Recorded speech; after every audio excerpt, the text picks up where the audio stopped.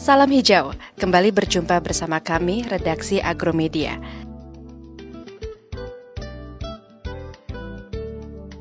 Pada kesempatan kali ini kami menghadirkan sesuatu yang berbeda dari buku-buku kami sebelumnya, yakni mengenal hewan bercapit, lobster air tawar.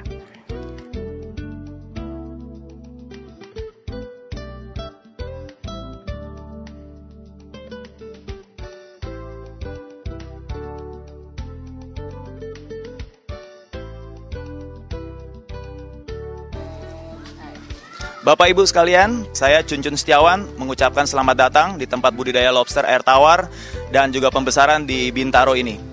Nah, lobster air tawar seperti kita sudah ketahui, lobster air tawar ini sudah ada di Indonesia sejak tahun 2002 dikembangkan dan sampai tahun 2010 sekarang sudah berjalan 8 tahun, terbukti bahwa budidaya lobster air tawar ini tetap konsisten. Lobster. Siapa sangka udang besar ini ternyata bisa dibudidayakan di air tawar. Padahal sebelumnya hanya lobster laut yang dieluk-elukan oleh penikmatnya. Penyebabnya tidak lain karena rasa daging lobster laut begitu menggugah selera. Sayangnya lobster laut masih sulit dibudidayakan, sehingga keberadaannya masih terbatas dari hasil tangkapan alam.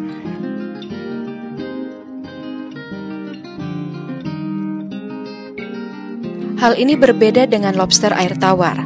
Selain memiliki rasa yang tidak jauh berbeda dengan lobster laut, lobster air tawar terbukti mudah dibudidayakan. Selain itu, harga jualnya yang stabil juga menjadikan lobster ini sangat menjanjikan untuk dijadikan sebagai usaha sampingan.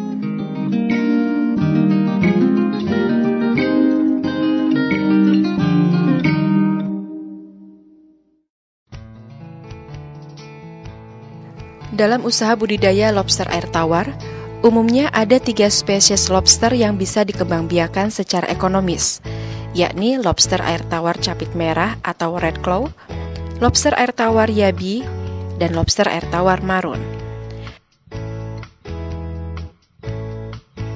Dari ketiga jenis lobster tersebut, kami akan menguraikan sedikit mengenai ciri fisik red claw.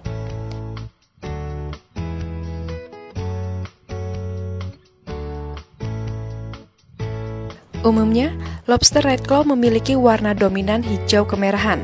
Di bagian atas capitnya terdapat pola garis merah yang tajam, terutama pada induk jantan yang telah berumur lebih dari 4 bulan. Selain itu, seluruh permukaan capit red claw memiliki duri-duri kecil berwarna putih. Si capit merah ini dapat hidup dan berkembang pada kisaran suhu 2 hingga 30 derajat Celcius. Meskipun demikian, suhu ideal yang paling tepat untuk lobster ini adalah 24 hingga 30 derajat Celcius, dengan kandungan oksigen di dalam air minimum 3 ppm, pH 6 hingga 8, dan kadar amonia maksimum 1 ppm. Penyerap utama produk lobster konsumsi untuk saat ini adalah restoran. Karena itu, pembudidaya lobster sebenarnya bisa memasarkan produksinya ke berbagai restoran di kota-kota besar di Indonesia. Selain itu, pembudidaya juga bisa langsung memasarkannya ke hotel dan pasar swalayan. Namun kualitas produk dan kontinuitasnya harus diutamakan.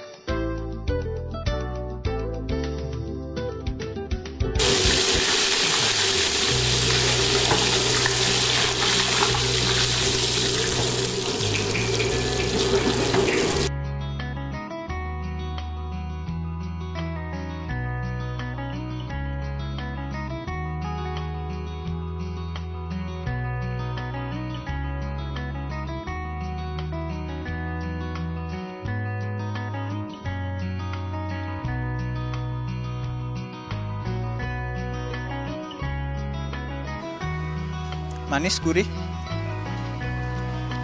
enak. Cukup sering saya makan ini. Dan lobster ini adalah salah satu menu favorit saya. Dan harganya juga cukup terjangkau. Sebenarnya jika lobster yang dihasilkan masih belum banyak, pembudidaya dapat menjualnya atau menyetorkannya ke pengepul. Pengepul inilah yang akan menyuplai pasar secara kontinu. Namun jika produksi masih terbatas, tentunya sulit memenuhi permintaan konsumen untuk menyuplai lobster dalam jumlah tertentu secara berkesinambungan. Selain itu, pembudidaya juga bisa memasarkan lobsternya ke luar negeri. Pasar ini masih terbuka lebar, tetapi belum digarap karena kemampuan suplai para pembudidaya lobster di Indonesia masih sangat rendah.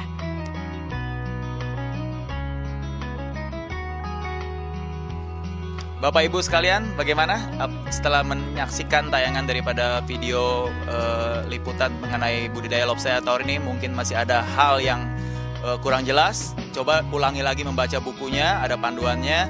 Bagi yang baru mulai menjalankan usaha lobster air tawar ini, saran saya agar tidak cepat mudah menyerah. Karena di dalam usaha lobster air tawar ini sebenarnya tidak ada yang gagal, tetapi yang ada adalah mereka yang menyerah.